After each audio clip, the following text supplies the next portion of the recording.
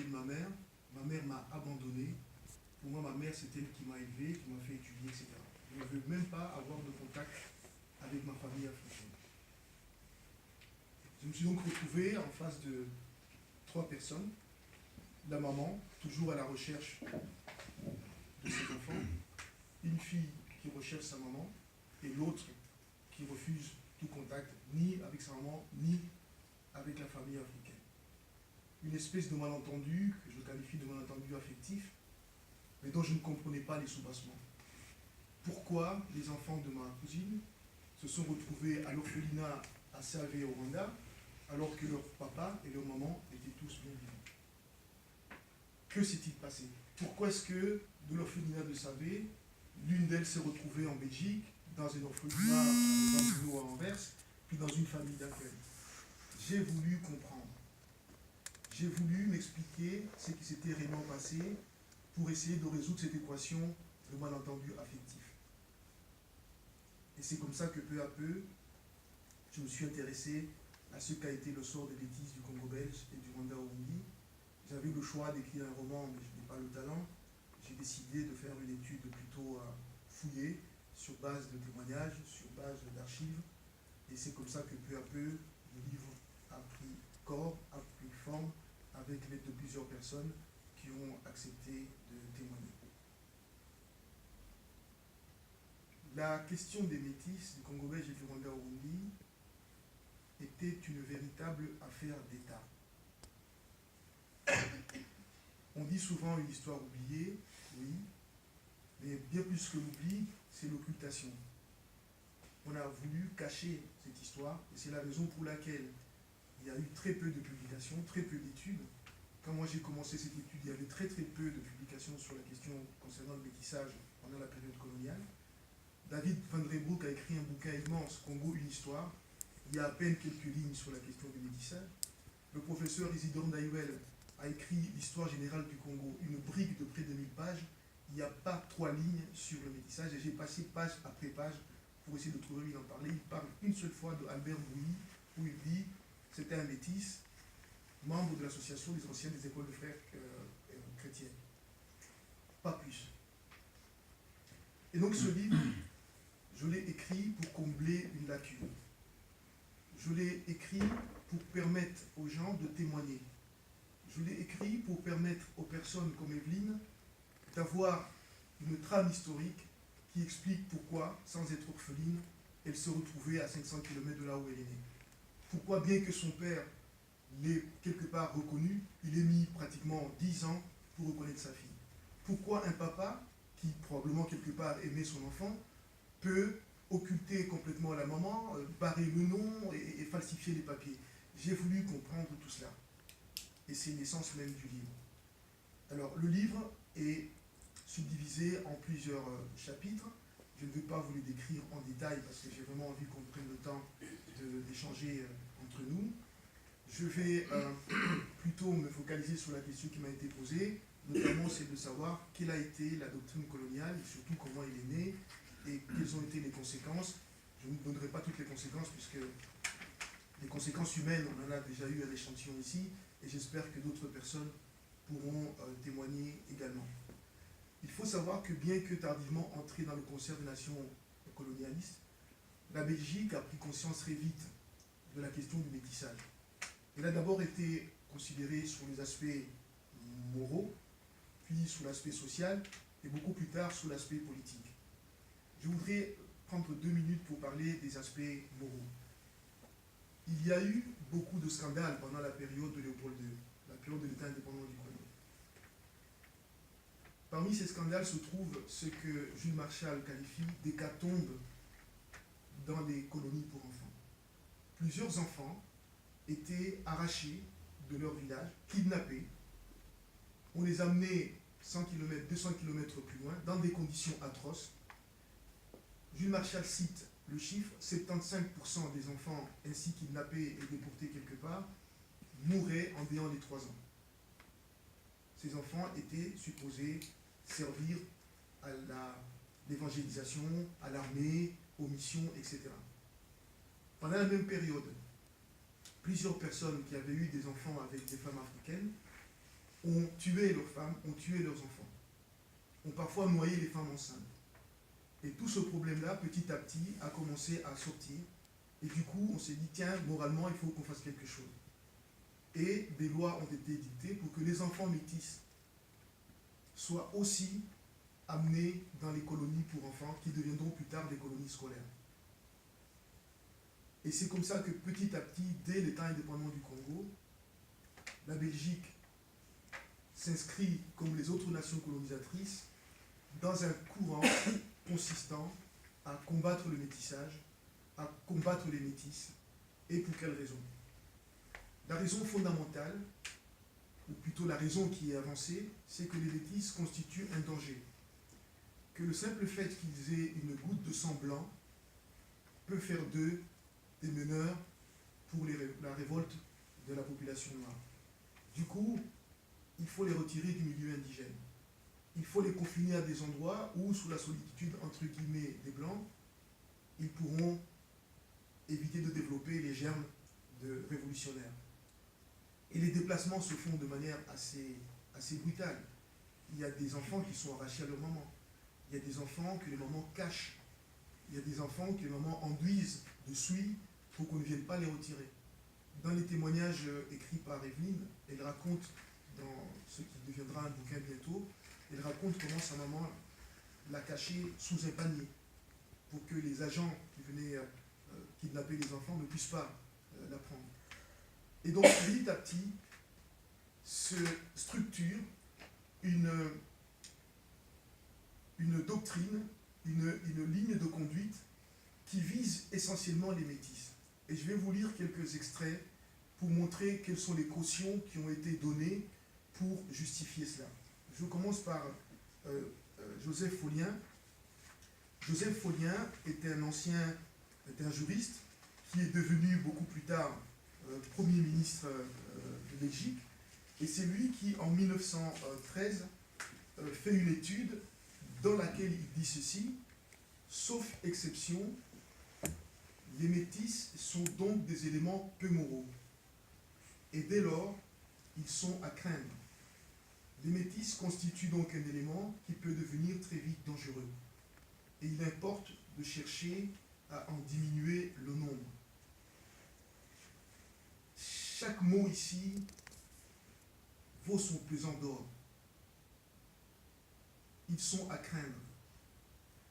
Ils constituent un élément qui peut devenir très vite dangereux. Il importe de chercher à en diminuer le nombre. Comment est-ce qu'on diminue le nombre des enfants qui naissent? En 1914, le père Arthur Vermersch, lui, donne une caution plutôt morale dans le combat contre le métissage, ou plus précisément dans le combat contre ce qu'on appelle l'histoire des ménagères. Il faut savoir que beaucoup d'Européens qui sont là prennent des femmes locales, accomplissent parfois des formalités de mariage coutumier et vivent avec leurs femmes de façon visible. Puis, quand commence la politique de prestige, on leur dit qu'il faut plus se montrer, on leur dit même de se débarrasser de leurs épouses. Et beaucoup d'entre eux, pour contourner les circulaires, décident d'établir un contrat en bonne et due forme avec leurs épouses, un contrat de ménagère, comme si elles étaient des gens de maison destinés à faire la lessive, la vaisselle, etc. C'est de là que vient cette histoire de ménagère. Et le père Vermersch est appelé à aller au Congo pour justement essayer de combattre ces unions entre blancs et noirs. Écoutez ce qu'il dit. À prendre une concubine noire, on subit une défaite. Quelques prétextes sont ajoutés pour colorer la capitulation. Pour la colorer, mais de quelle couleur? N'est-ce pas une honte d'accepter la prévarication pour des avantages temporels? On ne transige pas avec le devoir. L'honneur chrétien est un honneur militaire. Il nous dit de mourir plutôt que de nous rendre à l'ennemi.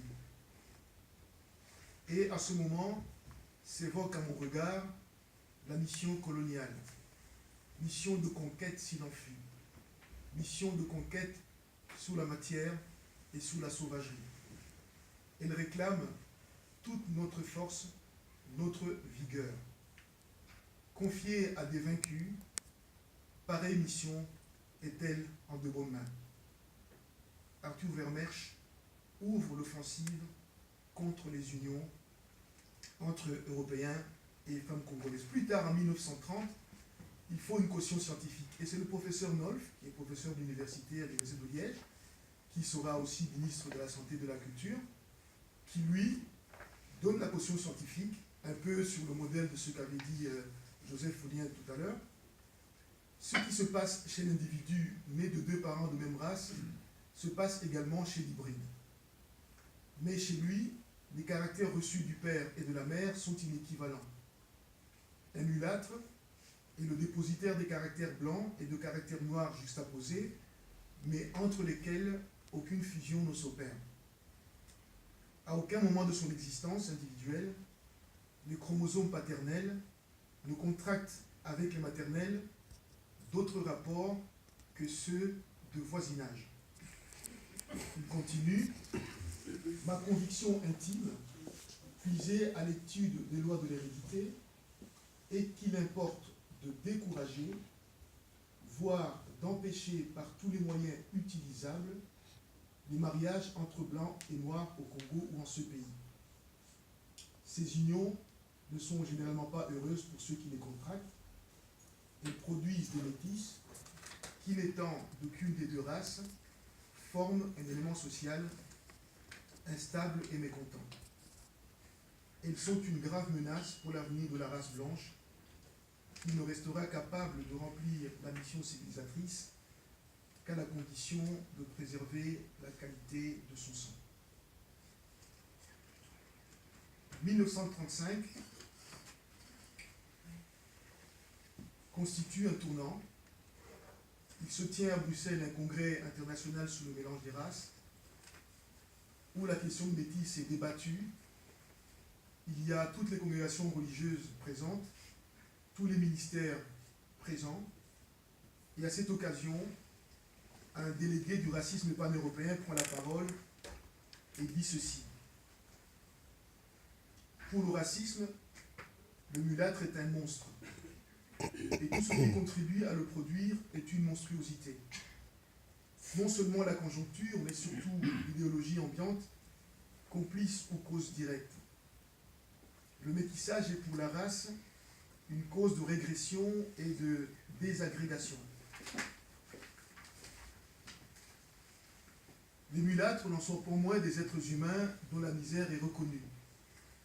Ceux qui sont nés à la colonie doivent être protégés. Cette protection est juste, même du point de vue de la race. De plus, et surtout, elle est comprise dans la réglementation qui s'impose avec le mulâtre danger social. Le racisme pan-européen défendra le programme que voici. Réduction au minimum des naissances de mulâtres et du mélange sexuel qui en est à l'origine. Amélioration du statut des mulâtres à la colonie pour qu'ils y trouvent un sort décent. Éducation professionnelle des mulâtres déjà ramenés en Europe pour les renvoyer et les maintenir à la colonie. Le racisme est une défense, mais comporte aussi une attitude humaine envers les mulâtres existants. Ce n'est pas douteux, au Congo belge, il faut octroyer un statut encourageant pour les mulâtres dignes de cette parcelle de nous-mêmes qui est en eux. Le mulâtre appartient à la colonisation, il doit y demeurer avec le rang mixte qu'il possède naturellement. On voit, on entend des auteurs insister sur le caractère entre guillemets monstrueux du métis. On les voit insister sur le caractère dangereux du métis. Et donc, peu à peu, la décision est prise de dire, cette communauté-là, il faut qu'on la tienne à l'œil. Le fait qu'on vous amène dans des orphelinats, loin de là où vous êtes né, c'est une opération qui consiste à vous retirer du milieu indigène, à vous confiner quelque part, pour que jamais vous n'ayez de contact avec d'autres Noirs, ni même vos parents, et que vous ne soyez pas les ferments de la révolte. ce n'est pas nécessairement un abandon. Il y a eu certainement des abandons, je n'en doute pas. Mais ce n'est pas des abandons, c'est vraiment un kidnapping, un véritable rap d'enfants. Lorsqu'en 1935, Robert Kettels, dont je viens de citer les passages, parle, il se passe en même temps en Allemagne autre chose. Des enfants nés de soldats africains pendant la Première Guerre mondiale, qu'on a appelés les bâtards de la Rhénanie, se voient kidnappés. La moitié d'entre eux est envoyée dans des camps de concentration. L'autre moitié est stérilisée, s'il vous plaît. Et cette stérilisation se fait sans anesthésie. Opération atroce que vous pouvez retrouver dans ce petit livre de Serge Billet, Noirs dans les camps nazis, ou un livre plus récent encore qui s'appelle Des soldats noirs face aux règles. Donc là-dedans, ils expliquent cette pratique qui a consisté à stériliser des enfants métis. On parle même d'une personne qui a été stérilisée par erreur. C'était l'enfant d'un ambassadeur, d'un diplomate, et cet enfant a été stérilisé aussi par erreur. Plus tard, vers les années 40, 45 et au-delà, les enfants nés de soldats américains, on en compte à peu près 67 000 en Allemagne, dont 7 000 sont des Afro-Allemands. Et l'Allemagne veut se débarrasser de ces enfants. Et les États-Unis ne veulent pas les accepter. On les a appelés les Brown's Baby. Et il y a un film magnifique qui a été fait là-dessus, où certains d'entre eux témoignent de leurs difficultés de vie, témoignent des souffrances qui ont été les leurs. Plus tard, ces 7 000 enfants vont être envoyés aux États-Unis pour être adoptés dans des familles de préférence, des familles négro-africaines. Et nous sommes en pleine période de racisme en Allemagne. Donc voici un petit peu le contexte dans lequel, peu à peu, va s'élaborer la doctrine coloniale belge. Voici le contexte où, en 1935, le ministère des colonies décide que plus jamais il n'y aura un débat public sur la question du métissage. Désormais, la question sera débattue en commission ministérielle. Et la commission ministérielle n'a pas l'obligation de produire des rapports. Et c'est une des raisons pour laquelle, pendant très longtemps, on n'a pas parlé de cette problématique. Deux commissions ministérielles, l'une en 1938 et l'autre en 1947. Celle de 1938 se limite à poser toute une série de questions sur les statuts, sur l'entrée à l'armée, sur les lieux de dilimation, etc. Et celle de 1947, le Premier ministre, notamment Winnie, qui commence par Godin, qui ouvre cette commission, décide de dire qu'il faut étudier le statut des métis, il faut étudier la possibilité pour les carrières, et il faut surtout étudier leur éducation.